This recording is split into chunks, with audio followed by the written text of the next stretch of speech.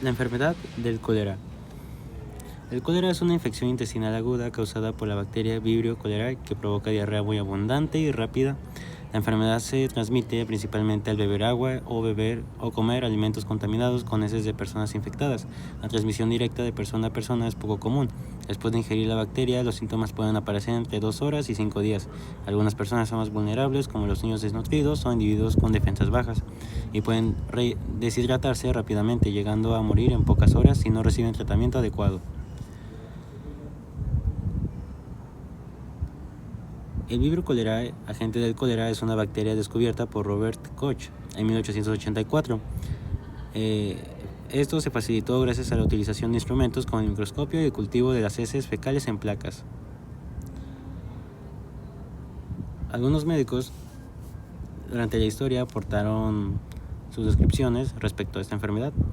Hipócrates, Galeno y Wang Shouhou describieron formas de cólera en sus escritos, asociándolo al flujo de bilis. Aeser y Celsus creían que el cólera provenía de las bilis. Alejandro Traianus atribuía su origen a los intestinos. Krauss y Littre consideraban que se transmitía por el agua de los arroyos. Thomas Seidenman distinguió el término para diferenciar la enfermedad real del cólera como conducta de enojo. En China, los escritos antiguos se referían a un grupo de enfermedades gastrointestinales, no al cólera morbus causado por Vibrio cholerae o Vibrio el toro. Sin embargo, Wang y Wu Linzheng, en su obra History of Chinese Medicine, señalaron que el cólera morbus sí estuvo presente en China en el siglo VII después de Cristo. Y en la India, el Vibrio cholerae se documenta en los escritos Sushruta Samhita, conocido como el padre de la cirugía en la India, indicando la existencia temprana de la enfermedad. El médico Francois Broussais describe la inscripción de un monolito de los tiempos de Alejandro Magno en Gujarat, India occidental, con síntomas característicos del cólera. La primera pandemia fue en 1817 a 1821. Inicia en Bengala, entre los ríos Ganges y Brahmaputra, llegando a Calcuta.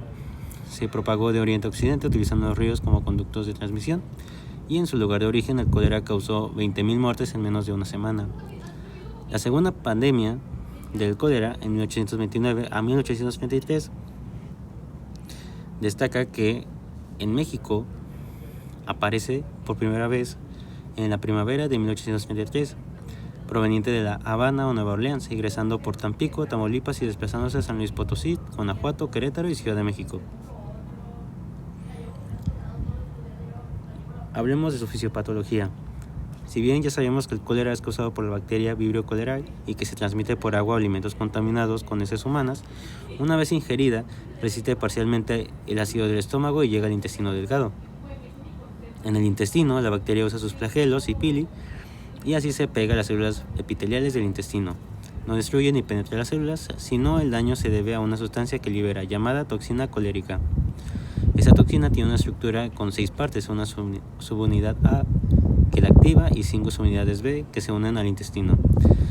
Las subunidades B se fijan a un receptor llamado GM1 gangliósido en la superficie de las células intestinales.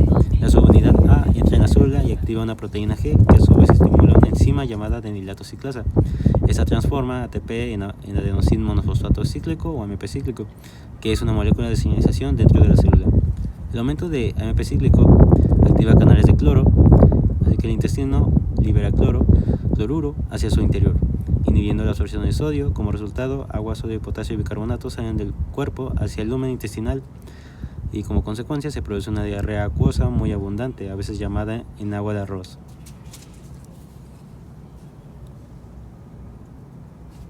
Su cuadro clínico principalmente es la diarrea y la deshidratación. La deshidratación desencadena muchas más enfermedades o síntomas. También tenemos a las náuseas y vómitos, pero la que caracteriza a esta enfermedad es la diarrea. Los métodos diagnósticos en la actualidad. El método clásico son las pruebas de heces. En esta se identifica la bacteria y como complemento a este método tenemos a la reacción de cadena de polimerasa y a los test rápidos de diagnóstico, que Estos son muy rápidos, cabe resaltar que son de 15 a 30 minutos su diagnóstico, o sea, es casi inmediato, y pues sirven para control de epidemias y demás. En tratamientos,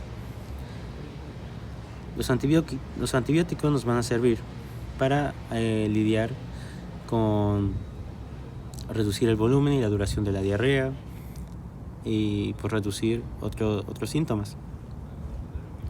El suplemento de zinc reduce significativamente la gravedad y la duración de la mayoría de la diarrea infantil causada por infección. La rehidratación oral. Los pacientes con cólera que presentan rehidratación leve o moderada y que pueden sentarse y beber deben recibir una solución de sales de rehidratación oral de inmediato.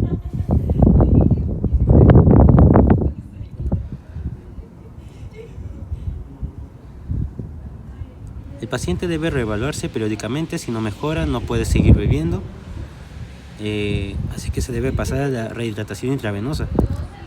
Los pacientes tienen una deshidratación grave, estupor, coma, vómitos incontrolables o fatiga extrema que impide beber y que deben ser rehidratados por vía intravenosa. Estas soluciones de vía intravenosa puede ser principalmente la solución de Ricker lactato o la solución salina normal al 0.9%.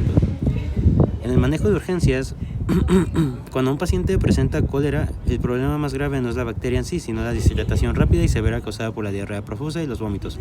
Por eso el manejo de urgencias del cólera se enfoca principalmente en reponer los líquidos y sales minerales que el cuerpo pierde. Si no se dispone de suero oral en polvo, pero el paciente tolera líquidos por vía oral, se puede preparar una solución casera de rehidratación muy efectiva. Para hacerlo se añaden 6 cucharadas de azúcar y media cucharada de sal a 1 litro de agua potable. Esa mezcla ayuda a reemplazar el agua y los electrolitos que se pierden con la diarrea y pueden salvar vidas en lugares donde no hay acceso inmediato a suero comercial. Una vez que el paciente mejora su estado de hidratación y puede volver a beber líquidos, digamos que estuviera en una hidratación por vía intravenosa, es importante cambiarla a la hidratación oral utilizando suero oral o la solución casera. Esto permite ahorrar líquidos intravenosos que son más costosos y escasos y además reduce el riesgo de complicaciones asociadas al uso prolongado de la vía intravenosa como tromboflebitis superficial o bacteriemia